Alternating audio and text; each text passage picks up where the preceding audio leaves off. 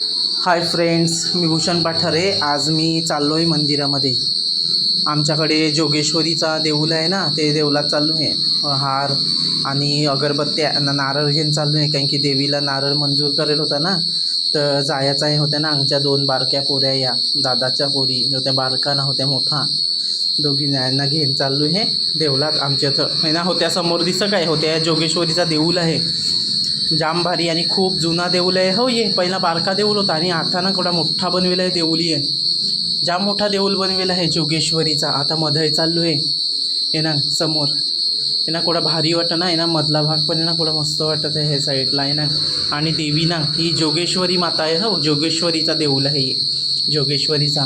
आणि यो अथ समोर घट मांडलेला आहे, घट बसवेला आहे ना, हार बीर कसं लावलेलं आहेत मस्त ना, भारी वाटतं. आणि त्याच्या साईडला ना या 3 देव्या आहेत, सरस्वती, गोखळा देवी आणि महालक्ष्मी. अशा या 3 देव्या हे जोगेश्वरी आईचे समोर देव्या आहेत.